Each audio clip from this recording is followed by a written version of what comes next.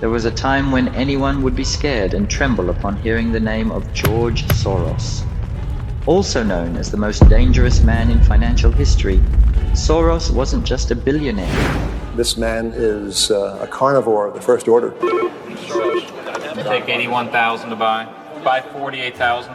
Buy him 69,000 YUM. The Prime Minister of Malaysia. The region spent 40 years trying to build up its economy, and along comes a moron like Soros. A few words from Soros were enough to cause panic selling that fueled the crash. And the whole country falls apart.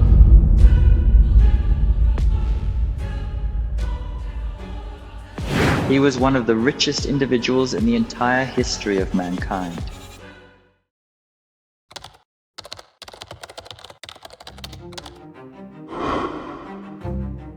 I mean, that is a real danger to open society, and I think what Mahathir is now doing is quite outrageous. He may be able to get away with it. It will become a very attractive model. That's what I'm afraid of.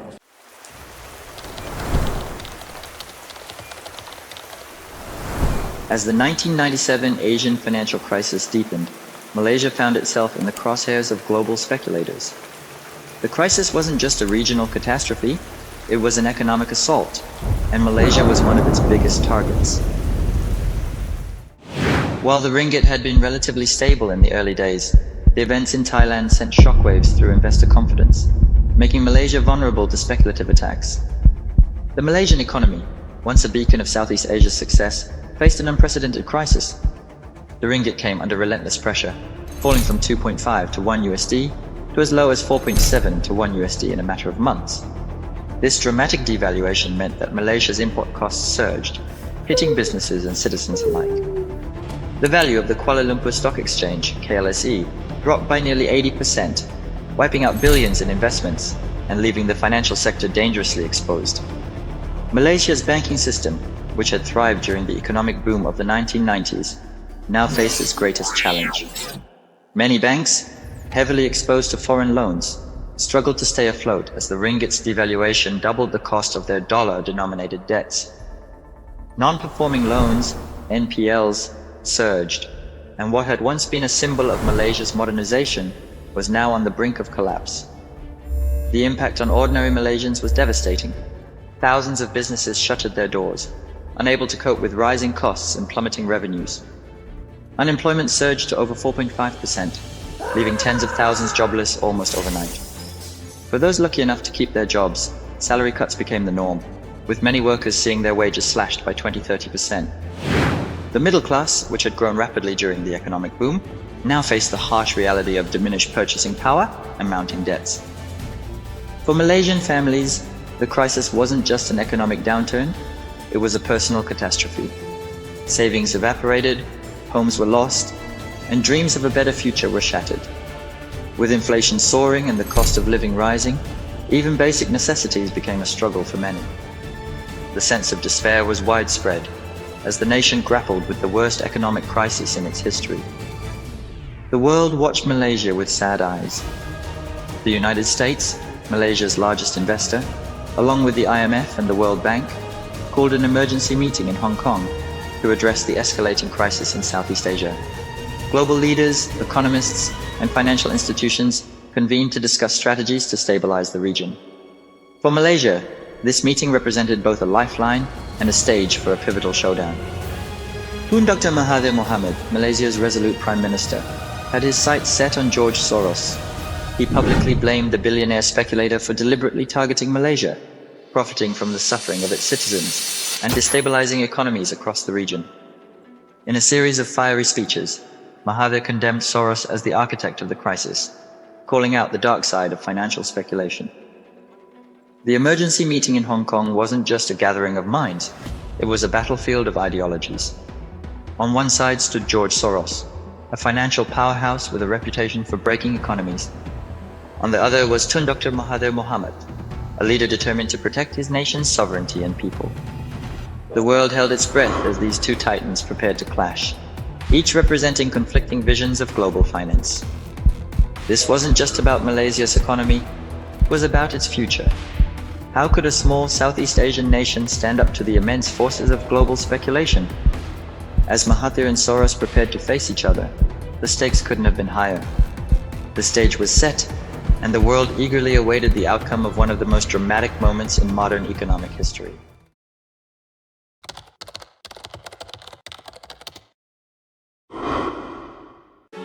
Major concerns about the banking system and the collapse of some of the conglomerates. I think it is an embarrassment. Furthermore, I think it has hurt Malaysia that we have seen a direct correlation between some of these outrageous allegations and the fall in the currency in Malaysia as well as the stock market. I am saying that currency trading is unnecessary, unproductive, and totally immoral. Society must be protected from unscrupulous profiteers. The crisis was reaching its peak, and the emergency meeting in Hong Kong became the epicenter of global economic debate. The IMF, with its $17 billion USD bailout offer, seemed like a lifeline for Malaysia. But this lifeline came with chains attached. The terms were brutal. Government would have to eliminate subsidies on essential goods, leaving the people to face skyrocketing prices for everyday necessities like eggs, cooking oil, gas, electricity, healthcare, education, and even basic staples like chicken and meat in the markets. For a nation already suffering, this was an unbearable prospect. The IMF also demanded that Malaysia open its markets to foreign control, allowing international investors to acquire stakes in the nation's largest companies. Iconic institutions like Petronas, Proton, Sime Darby, Genting, and Malaysia Airports would no longer be in Malaysian hands. The fear was clear. These companies, symbols of Malaysia's economic independence, could be reduced to mere pawns in the global economy. Tun Dr. Mahathir Mohamad found himself in a deep dilemma. Accepting the IMF's terms might stabilize the economy in the short term, but it would come at the expense of the Malaysian people's livelihoods and the nation's sovereignty. For decades, the government had provided subsidies to make life affordable for its citizens, cushioning the impact of rising costs. But agreeing to the IMF's conditions meant dismantling these safety nets, leaving millions vulnerable. Mahathir understood the stakes. If Malaysia surrendered to the IMF, the very fabric of its society would unravel. The salaries of ordinary Malaysians, already diminished due to inflation and the falling ringgit, wouldn't be enough to cover basic expenses. Families would struggle to afford food, electricity, or education for their children. The middle class, which had been growing steadily during the economic boom of the 1990s, would collapse into poverty. The demands on Malaysia's corporate sector were equally dire. Foreign control over strategic assets like Petronas, the country's oil and gas giant, and Proton, its national car manufacturer, would strip Malaysia of its economic independence. These companies were not just businesses, they were national pride, symbols of progress, and pillars of the economy. Losing them would mean losing control over Malaysia's future. Adding to Mahathir's turmoil was the mocking attitude of George Soros. While the IMF presented its terms, Soros reportedly laughed at Malaysia's vulnerability, viewing it as just another chapter in his financial conquest.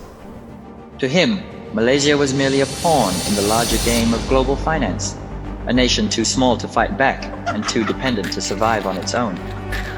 For Mahathir, this wasn't just an economic decision.